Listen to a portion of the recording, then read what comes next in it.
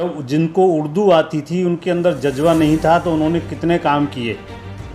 आज मैं समझता हूँ कि मैं आज 22 चेयरमैन हूँ। इससे पहले हैं उर्दू वालों को जितनी मोहब्बत नहीं होगी, मैं समझता हूँ कि मुझे उर्दू नहीं आती तो मुझे पता है कि उर्दू की मोहब्बत मेरे दिल में कितनी है। सबसे पहले तो लोगों की जान का बचाना ज़रूरी है, जो सरकार ने ज़रूरी समझा और लोगों की जान बचाने में दिन रात एक कर दिया, अपनी जान की परवाह नहीं की। इतना बड़ा मसला नहीं था, ऐसा कोई इम्पोर्टेंट काम नहीं था कि हम कॉन्फ्रेंस पे उनको बुला करके ये करते या मुशायरा, चलिए हम मुशायरा भी करते या और कोई दूसरे प्रोग्राम। लोग गमगीन हो रहे हैं, लोगों के घरों में बॉडी पड़ी हुई है, कोई बीमार पड़ा हुआ है तो लोग शायरी सुनेंगे या कविता सुनेंगे। इसके लिए हमारी बात चल रही है, हम कोशिश कर रहे हैं कि हम सरकार से बहुत जल्दी मिल करके इस पर हम चर्चा करेंगे कि जिस तरह से सरकार ने दूसरे लोगों की मदद की है, तो मैं समझता हूँ कि हमारे शायर हैं, उर्दू सहाफ़ी हैं और हमारे और भी सेंटर, जो अभी मैं बता रहा था कि हमारे सेंटर भी चल रहे थे, वो भी बंद हैं।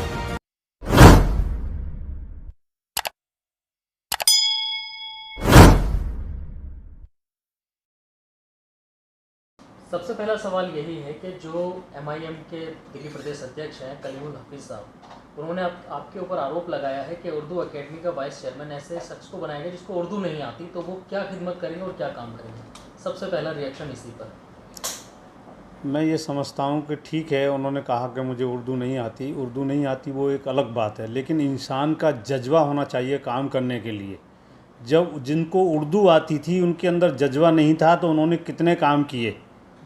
आज मैं समझता हूँ कि मैं आज 22 चेयरमैन हूँ। इससे पहले मैं कॉरपोरेशन का जब मेंबर था, उस वक्त में मैंने उर्दू के लिए वो लड़ाई लड़ी कि लोग जानते हैं कि कम से कम 15 से 17 या 18 स्कूलों के अंदर मैं उर्दू कायम करवाया।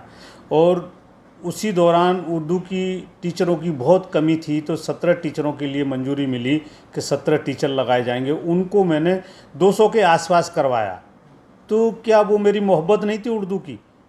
है, उर्दू वालों को जितनी मोहब्बत नहीं होगी, मैं समझता हूँ कि मुझे उर्दू नहीं आती तो मुझे पता है कि उर्दू की मोहब्बत मेरे दिल में कितनी है। ये तो मैं जब बताऊँगा कि पिछले जो लोग रहे हैं और मेरे टाइम, अभी मुझे 4 महीने हुए हैं और 4 महीने के अंदर क्या कि हमारी सरकार भी 1.5 साल से लगभग कोरोना से जूझ रही है, पूरा हिंदुस्तान जूझ रहा है, पूरी दुनिया जूझ रही है।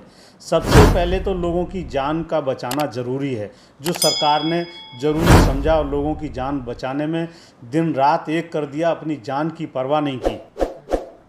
वो लोग सवाल कर रहे हैं कि भाई उर्दू अकादमी नहीं कर रही कुछ या कुछ दूसरे डिपार्टमेंट नहीं कर रहे। अरे ऐसे में लोगों की जान बचानी चाहिए, लोगों की जान बच गई। सबसे पहले आज हम जिंदा हैं, मैं आपके सामने बोल रहा हूँ, ये बहुत बड़ी बात है मेरे लिए।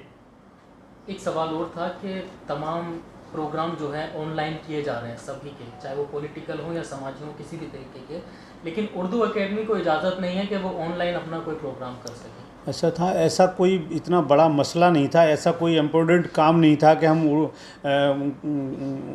कॉन्फ्रेंस पे उनको बुला करके ये करते या मुशायरा, चलिए हम मुशायरा भी करते या और कोई दूसरे प्रोग्राम करते। ठीक है ना, ये खुशी के प्रोग्राम होते हैं, लोगों की जान जा रही है, लोग गमगीन हो रहे हैं, लोगों के घरों में बॉडी पड़ी हुई है, कोई बीमार पड़ा हुआ है तो लोग शायरी सुनेंगे या कविता सुनेंगे या गीत सुनेंगे। मेरी समझ में नहीं आता कि उन लोगों को क्या चाहिए था, किस मौजू पर वो बात कर रहे हैं। दूसरा आरोप उन्होंने लगाते हुए ये कहा है कि जिस तरीके से केजरीवाल सरकार ने ऑटो रिक्शा की या और जो दीगर मजदूर आदमी हैं उनके गुजर बसर के लिए, उनकी आर्थिक मदद के लिए उन्होंने कुछ मुआवजा वगैरह दिया, शायरों को इससे क्यों दूर रखा गया? या उर्दू अकेडमी अब इनके लिए क्या करने जा रही है? उर्दू अकादमी, इसके लिए हमारी बात चल रही है, हम कोशिश कर रहे हैं कि हम सरकार से बहुत जल्दी मिल करके इस पे हम चर्चा करेंगे कि जिस तरह से सरकार ने दूसरे लोगों की मदद की है, तो मैं समझता हूँ कि हमारे शायर हैं, उर्दू सहाफ़ी हैं और हमारे और भी सेंटर, जो अभी मैं बता रहा था कि हमारे सेंटर भी चल रहे थे, वो भी बंद हैं।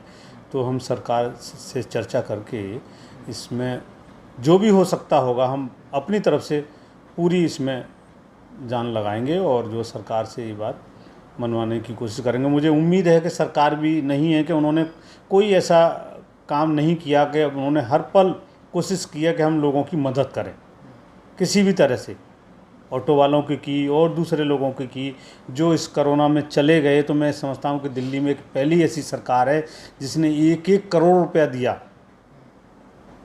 पहली ऐसी एक सरकार है जिसने 1-1 करोड़ रुपए उन लोगों की जाकर के मदद की। देखिए, इंसान को तो कोई वापस नहीं ला सकता, लेकिन सरकार ने उसमें कोई कसर नहीं छोड़ी है। हम उनकी जितनी सराहना करें वो कम है।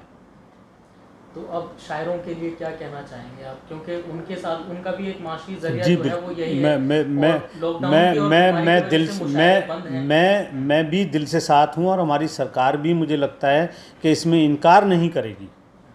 हम पूरा जो भी हो सकता होगा पॉसिबल, मैं अपनी तरफ से तो तय नहीं कर सकता। हम सरकार में बात करेंगे तो तय वही करेंगे कि हम क्या मदद कर सकते हैं। सर, एमआईएम की तरफ से ये इल्ज़ाम भी लगाया गया है आपके ऊपर कि जो पियून हैं वो लाइब्रेरी चला रहे हैं और मतलब उसमें 27 वैकेंसियाँ खाली हैं, उसमें कभी भर्ती नहीं हो पा रही है। वो वैकेंसी की फ़ाइल हमारी चल रही है। मैंने आते के साथ ही ये चीज़ें स्टाफ में मालूम की, कितना हमारा स्टाफ है, कितनी हमारी पोस्टें खाली हैं, उन सब पे हमने कार्रवाई करवाई है और वो एक जगह से फ़ाइल हमारी क्लियर हो गई है और वो डिप्टी सीएम साहब के पास जानी है। जैसे ही उनसे क्लियर होगी तो वो डीएसएसबी को दे दी जाएगी, डीएसएसबी के थ्रू वो पोस्टों को भरा जाएगा। क्या ये बात हकीकत है कि लाइब्रेरी को पियून चला रहे हैं? भाई कहीं मजबूरी भी तो होती है ना, जब पोस्ट खाली है। हम फुल पावर नहीं है उर्दू अकाडमी के हम अपनी तरफ से उसमें रख सकें, तो ये तो सरकार का काम है और हमें उम्मीद है कि सरकार इस काम को ज़रूर पूरा करेगी। सरकार की लापरवाही मानेंगे? नहीं, लापरवाही नहीं।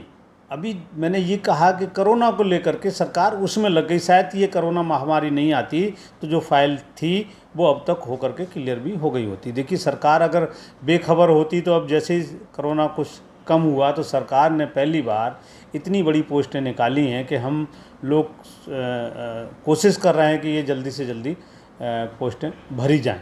तो ये माना जाए कि उर्दू फ़रोग के लिए जो है आप जितना बेहतर हो पाएगा काम। बिल्कुल, मैं और मुझे सरकार से भी उम्मीद है कि देखिए, सरकार जो हमारे डिप्टी सीएम हैं वो एजुकेशन मिनिस्टर भी हैं और ये उर्दू लैंग्वेज उन्हीं के डिपार्टमेंट में आती है। उन्होंने दिल्ली में एजुकेशन के लिए इतना बड़ा काम किया है कि दिल्ली में ही नाम नहीं हो रहा, उसका नाम पूरे हिंदुस्तान में है और हिंदुस्तान के अलावा विदेश में भी नाम है कि जो दिल्ली के स्कूल एक मॉडल के रूप में जो सरकार ने दिए हैं। और इतना अच्छा भूचाल आया है जो कभी पेरेंट्स भी नहीं स्कूल के अंदर जा सकते थे, आज पेरेंट्स डायरेक्ट जो है टीचर से बात करके इतने खुश होते हैं और इतना एजुकेशन में बढ़ावा जो मिला है। तो मैं समझता हूँ कि उर्दू लैंग्वेज को भी पीछे नहीं रखा जाएगा। सर, आखिरी सवाल, क्या उर्दू अकेडमी का चेयरमैन बनने के लिए ये लाजमी है कि वो पढ़ा लिखा हो? इस तरह कोई रूल है क्या उर्दू के लिए? उर्दू अकेडमी का चेयरमैन वाइस चेयरमैन बनने के लिए क्या इस तरह का कोई रूल है जिस पर आपको पर इल्ज़ाम लगाया जा रहा है कि आपने 8वीं क्लास पढ़ी और आपको बना दिया गया? तो क्या ऐसा कोई रूल है क्या? मेरा ख्याल तो ऐसा रूल कोई नहीं है कि अगर उर्दू जिसको जो ज़बान आती हो तो वो ज़रूरी है। ऐसा तो मुझे नहीं लगता कि बहुत सारे डिपार्टमेंट हैं कि जिनमें जो चीज़ नहीं है और वो चीज़ है, तो ऐसा कुछ नहीं है। काम करने की इंसान के अंदर इच्छा शक्ति होनी चाहिए।